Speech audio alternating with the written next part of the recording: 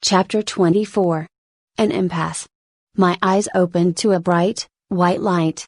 I was in an unfamiliar room, a white room. The wall beside me was covered in long vertical blinds. Over my head, the glaring lights blinded me. I was propped up on a hard, uneven bed, a bed with rails. The pillows were flat and lumpy. There was an annoying beeping sound somewhere close by. I hoped that meant I was still alive. Death shouldn't be this uncomfortable. My hands were all twisted up with clear tubes, and something was taped across my face, under my nose. I lifted my hand to rip it off. No, you don't. And cool fingers caught my hand. Edward? I turned my head slightly, and his exquisite face was just inches from mine, his chin resting on the edge of my pillow. I realized again that I was alive, this time with gratitude and elation. Oh, Edward, I'm so sorry. Shhhh, he shushed me. Everything's all right now. What happened? I couldn't remember clearly, and my mind rebelled against me as I tried to recall. I was almost too late. I could have been too late, he whispered, his voice tormented. I was so stupid, Edward. I thought he had my mom. He tricked us all. I need to call Charlie and my mom, I realized through the haze. Alice called them. Renee is here, well, here in the hospital. She's getting something to eat right now. She's here? I tried to sit up, but the spinning in my head accelerated, and his hand pushed me gently down onto the pillows. She'll be back soon, he promised. And you need to stay still. But what did you tell her? I panicked. I had no interest in being soothed. My mom was here and I was recovering from a vampire attack. Why did you tell her I'm here? You fell down 2 flights of stairs and through a window. He paused. You have to admit, it could happen. I sighed, and it hurt. I stared down at my body under the sheet, the huge lump that was my leg. How bad am I? I asked. You have a broken leg, 4 broken ribs, some cracks in your skull, bruises covering every inch of your skin, and you've lost a lot of blood. They gave you a few transfusions. I didn't like it, it made you smell all wrong for a while. That must have been a nice change for you. No, I like how you smell. How did you do it? I asked quietly. He knew what I meant at once. I'm not sure. He looked away from my wondering eyes, lifting my gauze-wrapped hand from the bed and holding it gently in his, careful not to disrupt the wire connecting me to one of the monitors. I waited patiently for the rest. He sighed without returning my gaze. It was impossible. To stop, he whispered. Impossible. But I did. He looked up finally, with half a smile. I must love you. Don't I taste as good as I smell? I smiled in response. That hurt my face. Even better, better than I'd imagined. I'm sorry, I apologized. He raised his eyes to the ceiling. Of all the things to apologize for. What should I apologize for? For very nearly taking yourself away from me forever. I'm sorry, I apologized again. I know why you did it. His voice was comforting. It was still irrational, of course. You should have waited for me, you should have told me. You wouldn't have let me go. No, he agreed in a grim tone, I wouldn't. Some very unpleasant memories were beginning to come back to me. I shuddered, and then winced. He was instantly anxious. Bella, what's wrong? What happened to James? After I pulled him off you, Emmett and Jasper took care of him. There was a fierce note of regret in his voice. This confused me. I didn't see Emmett and Jasper there. They had to leave the room. There was a lot of blood. But you stayed. Yes, I stayed. And Alice, and Carlisle. I said in wonder. They love you, too, you know. A flash of painful images from the last time I'd seen Alice reminded me of something. Did Alice see the tape? I asked anxiously. Yes. A new sound darkened his voice, a tone of sheer hatred. She was always in the dark, that's why she didn't remember. I know. She understands now. His voice was even, but his face was black with fury. I tried to reach his face with my free hand, but something stopped me. I glanced down to see the 4 pulling at my hand. Ugh! I winced. What is it? He asked anxiously, distracted, but not enough. The bleakness did not entirely leave his eyes. Needles, I explained, looking away from the one in my hand. I concentrated on a warped ceiling tile and tried to breathe deeply despite the ache in my ribs. Afraid of a needle, he muttered to himself under his breath, shaking his head. Oh, a sadistic vampire, intent on torturing her to death, sure, no problem, she runs off to meet him. And on the other hand.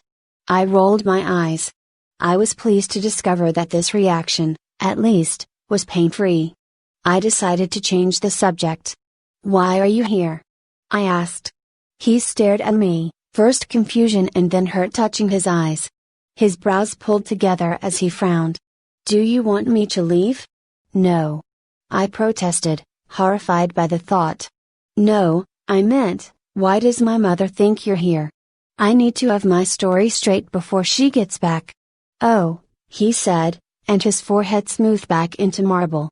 I came to Phoenix to talk some sense into you, to convince you to come back to Forks. His wide eyes were so earnest and sincere, I almost believed him myself. You agreed to see me, and you drove out to the hotel where I was staying with Carlisle and Alice. Of course I was here with parental supervision, he inserted virtuously, but you tripped on the stairs on the way to my room and… well, you know the rest. You don't need to remember any details, though. You have a good excuse to be a little muddled about the finer points. I thought about it for a moment. There are a few flaws with that story. Like no broken windows. Not really, he said. Alice had a little bit too much fun fabricating evidence. It's all been taken care of very convincingly. You could probably sue the hotel if you wanted to. You have nothing to worry about, he promised, stroking my cheek with the lightest of touches. Your only job now is to heal. I wasn't so lost to the soreness or the fog of medication that I didn't respond to his touch. The beeping of the monitor jumped around erratically, now he wasn't the only one who could hear my heart misbehave. That's going to be embarrassing, I muttered to myself. He chuckled, and a speculative look came into his eye. I wonder. He leaned in slowly, the beeping noise accelerated wildly before his lips even touched me. But when they did, though with the most gentle of pressure, the beeping stopped altogether. He pulled back abruptly, his anxious expression turning to relief as the monitor reported the restarting of my heart. It seems that I'm going to have to be even more careful with you than usual. He frowned. I was not finished kissing you, I complained.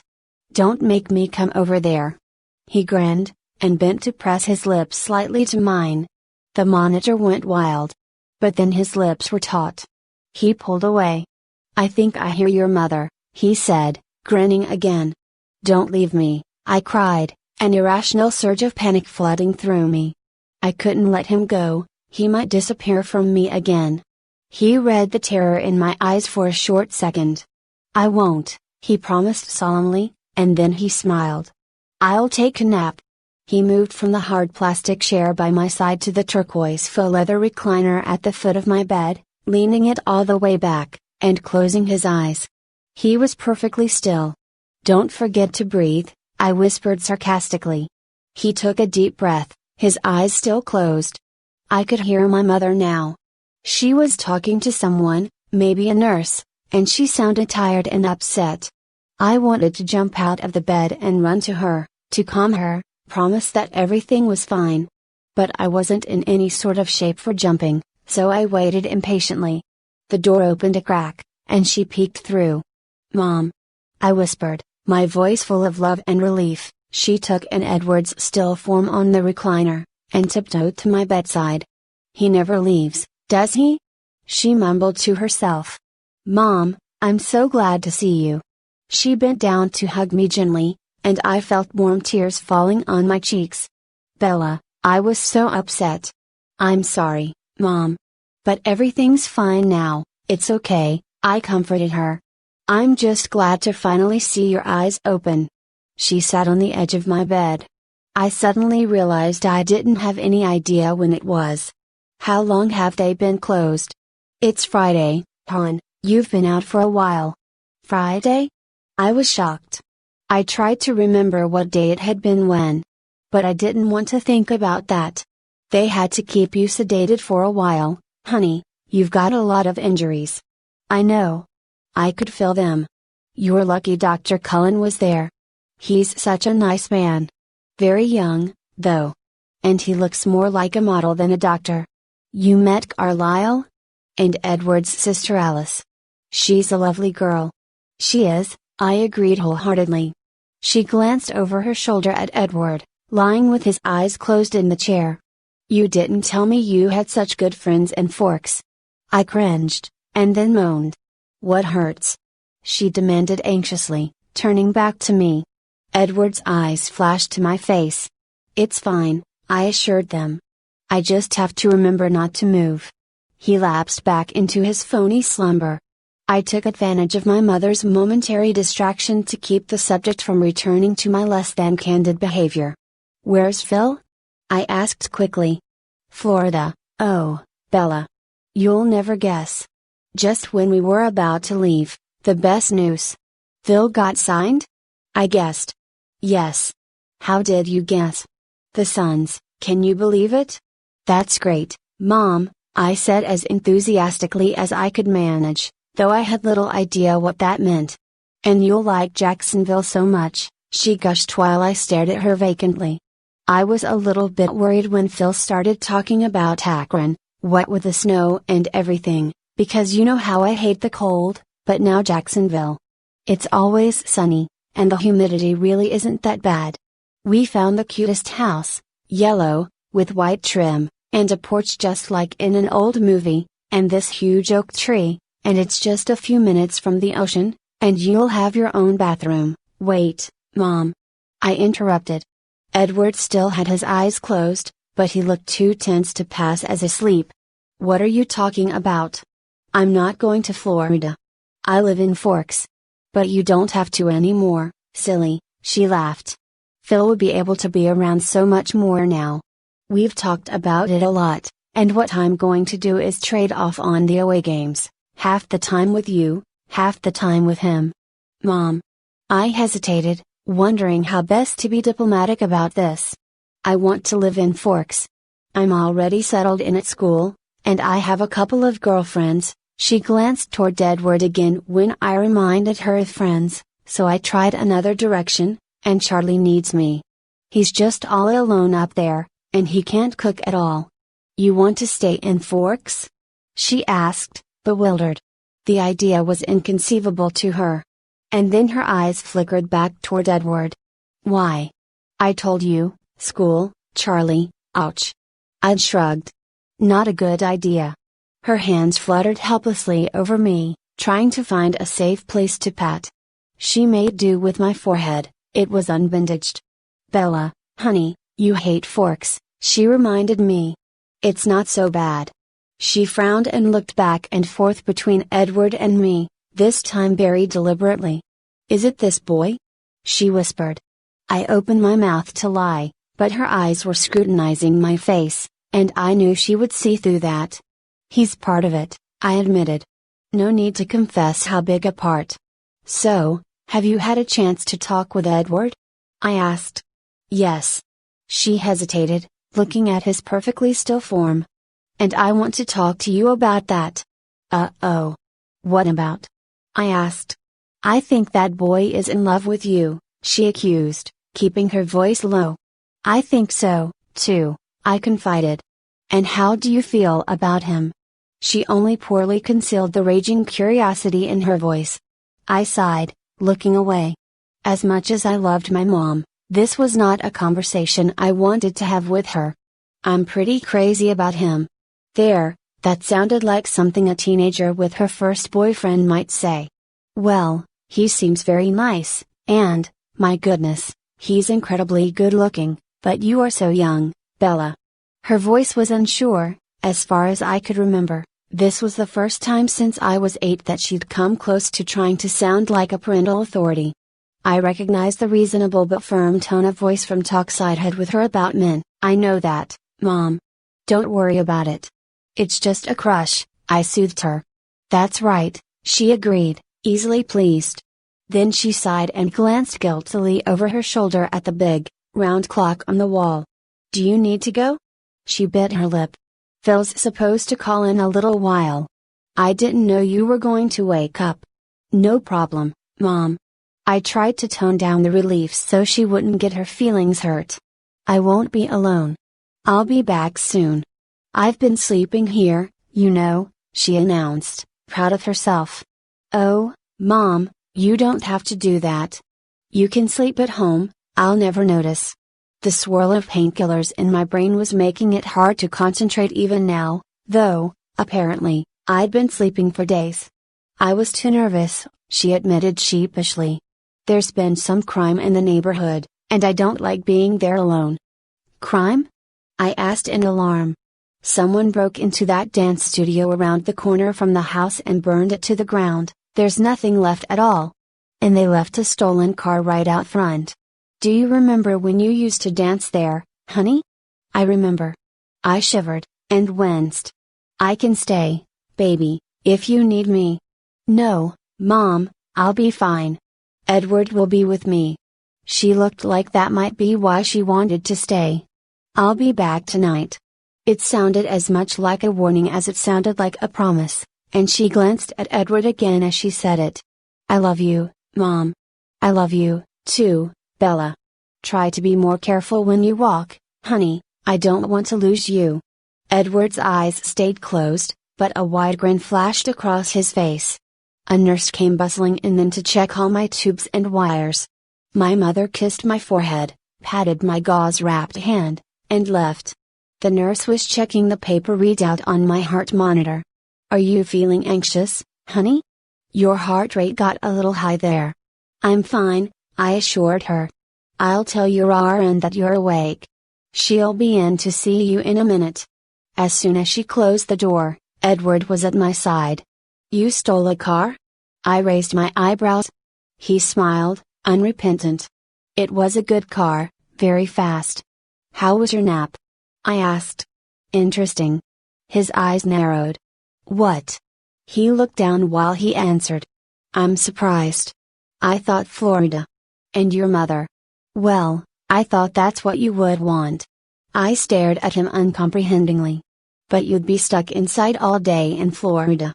You'd only be able to come out at night, just like a real vampire. He almost smiled, but not quite. And then his face was grave. I would stay in Forks, Bella. Or somewhere like it, he explained. Someplace where I couldn't hurt you anymore. It didn't sink in at first. I continued to stare at him blankly as the words one by one clicked into place in my head like a ghastly puzzle. I was barely conscious of the sound of my heart accelerating. Though, as my breathing became hyperventilation, I was aware of the sharp aching in my protesting ribs. He didn't say anything, he watched my face warily as the pain that had nothing to do with broken bones, pain that was infinitely worse, threatened to crush me. And then another nurse walked purposefully into the room. Edward sat still as stone as she took in my expression with a practiced eye before turning to the monitors. Time for more pain meds, sweetheart? She asked kindly, tapping the forefeed. No, I mumbled, trying to keep the agony out of my voice. I don't need anything. I couldn't afford to close my eyes now. No need to be brave, honey. It's better if you don't get too stressed out, you need to rest. She waited, but I just shook my head. Okay, she sighed. Hit the call button when you're ready. She gave Edward a stern look, and threw one more anxious glance at the machinery, before leaving. His cool hands were on my face, I stared at him with wild eyes. Shh, Bella, calm down. Don't leave me, I begged in a broken voice. I won't, he promised. Now relax before I call the nurse back to sedate you. But my heart couldn't slow. Bella. He stroked my face anxiously. I'm not going anywhere. I'll be right here as long as you need me. Did you swear you won't leave me? I whispered. I tried to control the gasping, at least. My ribs were throbbing. He put his hands on either side of my face and brought his face close to mine. His eyes were wide and serious. I swear. The smell of his breath was soothing. It seemed to ease the ache of my breathing. He continued to hold my gaze while my body slowly relaxed and the beeping returned to a normal pace. His eyes were dark, closer to black than gold today. "Better?" he asked. "Yes," I said cautiously. He shook his head and muttered something unintelligible. I thought I picked out the word overreaction. "Why did you say that?" I whispered, trying to keep my voice from shaking. "Are you tired of having to save me all the time? Do you want me to go away?" "No, I don't want to be without you, Bella, of course not. Be rational. And I have no problem with saving you, either, if it weren't for the fact that I was the one putting you in danger. That I'm the reason that you're here." "Yes, you're the reason." I frowned. "The reason I'm here, alive." "Barely." His voice was just a whisper. "Covered in gauze and plaster and hardly able to move." "I wasn't referring to my most recent near-death experience," I said, growing irritated. "I was thinking of the others. You can take your pick. If it weren't for you, I would be rotting away in the Forks Cemetery." He winced at my words, but the haunted look didn't leave his eyes. "That's not the worst part, though," he continued to whisper. He acted as if I hadn't spoken. "Not seeing you there on the floor. Crumpled and broken." His voice was choked. "Not thinking I was too late. Not even hearing you scream in pain, all those unbearable memories that I'll carry with me for the rest of eternity. No, the very worst was feeling. Knowing that I couldn't stop. Believing that I was going to kill you myself. But you didn't. I could have. So easily. I knew I needed to stay calm. But he was trying to talk himself into leaving me, and the panic fluttered in my lungs, trying to get out. "Promise me," I whispered. "What?" "You know what." I was starting to get angry now. He was so stubbornly determined to dwell on the negative. He heard the change in my tone. His eyes tightened. "I don't seem to be strong enough to stay away from you, so I suppose that you'll get your way. Whether it kills you or not," he added roughly. Good. He hadn't promised, though, a fact that I had not missed. The panic was only barely contained, I had no strength left to control the anger. "You told me how you stopped. Now I want to know why," I demanded. "Why?" he repeated wearily. "Why you did it. Why didn't you just let the venom spread? By now I would be just like you." Edward's eyes seemed to turn flat black, and I remembered that this was something he'd never intended me to know.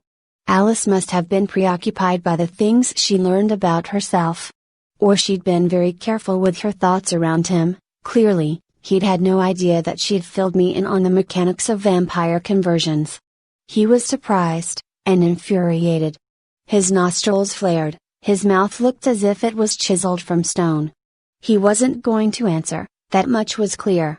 "I'll be the first to admit that I have no experience with relationships," I said. "But it just seems logical. A man and woman have to be somewhat equal. As in, one of them can't always be swooping in and saving the other one. They have to save each other equally." He folded his arms on the side of my bed and rested his chin on his arms.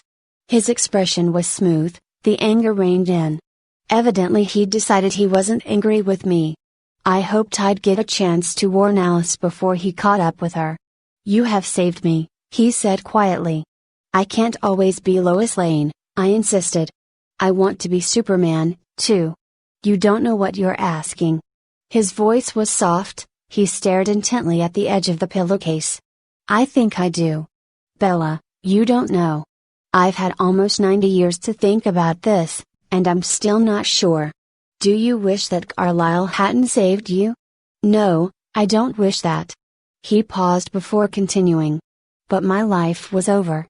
I wasn't giving anything up. You are my life. You're the only thing it would hurt me to lose." I was getting better at this. It was easy to admit how much I needed him. He was very calm, though. "Decided. I can't do it, Bella. I won't do that to you." "Why not?" My throat rasped and the words weren't as loud as I'd meant them to be. "Don't tell me it's too hard. After today, or I guess it was a few days ago. Anyway, after that, it should be nothing." He glared at me. And the pain? He asked. I blanched. I couldn't help it. But I tried to keep my expression from showing how clearly I remembered the feeling. The fire in my veins. That's my problem, I said. I can handle it. It's possible to take bravery to the point where it becomes insanity. It's not an issue. 3 days. Big deal. Edward grimaced again as my words reminded him that I was more informed than he had ever intended me to be. I watched him repress the anger, watched as his eyes grew speculative. Charlie? He asked curtly. Renee? Minutes passed in silence as I struggled to answer his question. I opened my mouth, but no sound came out. I closed it again. He waited, and his expression became triumphant because he knew I had no true answer. Look, that's not an issue either, I finally muttered. My voice was as unconvincing as it always was when I lied. Renee has always made the choices that work for her, she'd want me to do the same. And Charlie's resilient, he's used to being on his own. I can't take care of them forever. I have my own life to live. Exactly, he snapped. And I won't end it for you. If you're waiting for me to be on my deathbed, I've got news for you. I was just there. You're going to recover, he reminded me. I took a deep breath to calm myself, ignoring the spasm of pain it triggered. I stared at him, and he stared back. There was no compromise in his face. No, I said slowly. I'm not. His forehead creased. Of course you are. You may have a scar or two. You're wrong, I insisted. I'm going to die. Really, Bella? He was anxious now. You'll be out of here in a few days. 2 weeks at most. I glared at him. I may not die now. But I'm going to die sometime. Every minute of the day, I get closer. And I'm going to get old. He frowned as what I was saying sunk in, pressing his long fingers to his temples and closing his eyes. That's how it's supposed to happen. How it should happen. How it would have happened if I didn't exist, and I shouldn't exist. I snorted. He opened his eyes in surprise. That's stupid. That's like going to someone who's just won the lottery, taking their money, and saying, look, let's just go back to how things should be. It's better that way. And I'm not buying it. I'm hardly a lottery prize, he growled. That's right. You're much better. He rolled his eyes and set his lips. Bella, we're not having this discussion anymore. I refuse to damn you to an eternity of night, and that's the end of it. If you think that's the end, then you don't know me very well, I warned him. You're not the only vampire I know. His eyes went black again. Alice wouldn't dare. And for a moment he looked so frightening that I couldn't help but believe it. I couldn't imagine someone brave enough to cross him. Alice already saw it, didn't she? I guessed. That's why the things she says upset you. She knows I'm going to be like you. Someday. She's wrong. She also saw you dead, but that didn't happen, either. You'll never catch me betting against Alice. We stared at each other for a very long time. It was quiet except for the whirring of the machines, the beeping, the dripping, the ticking of the big clock on the wall. Finally, his expression softened. So where does that leave us? I wondered. He chuckled humorlessly. I believe it's called an impasse. I sighed. Ouch, I muttered. How are you feeling? He asked, eyeing the button for the nurse. I'm fine, I lied. I don't believe you, he said gently. I'm not going back to sleep. You need rest. All this arguing isn't good for you. So give in, I hinted. Nice try. He reached for the button. No. He ignored me. Yes? The speaker on the wall squawked. I think we're ready for more pain medication, he said calmly, ignoring my furious expression. I'll send in the nurse. The voice sounded very bored. I won't take it, I promised. He looked toward the sack of fluids hanging beside my bed. I don't think they're going to ask you to swallow anything. My heart rate started to climb. He read the fear in my eyes, and sighed in frustration. Bella, you're in pain. You need to relax so you can heal. Why are you being so difficult? They're not going to put any more needles in you now. I'm not afraid of the needles, I mumbled. I'm afraid to close my eyes. Then he smiled his crooked smile, and took my face between his hands. I told you I'm not going anywhere, don't be afraid. As long as it makes you happy, I'll be here. I smiled back, ignoring the ache in my cheeks. You're talking about forever, you know. Oh, you'll get over it, it's just a crush. I shook my head in disbelief, it made me dizzy. I was shocked when Renee swallowed that one. I know you know better. That's the beautiful thing about being human, he told me. Things change. My eyes narrowed. Don't hold your breath. He was laughing when the nurse came in, brandishing a syringe. Excuse me, she said brusquely to Edward. He got up and crossed to the end of the small room, leaning against the wall. He folded his arms and waited. I kept my eyes on him, still apprehensive. He met my gaze calmly. Here you go, honey. The nurse smiled as she injected the medicine into my tube. You'll feel better now. Thanks, I mumbled, unenthusiastic. It didn't take long. I could feel the drowsiness trickling through my bloodstream almost immediately. That ought to do it, she muttered as my eyelids drooped. She must have left the room, because something cold and smooth touched my face. Stay. The word was slurred. I will, he promised. His voice was beautiful, like a lullaby.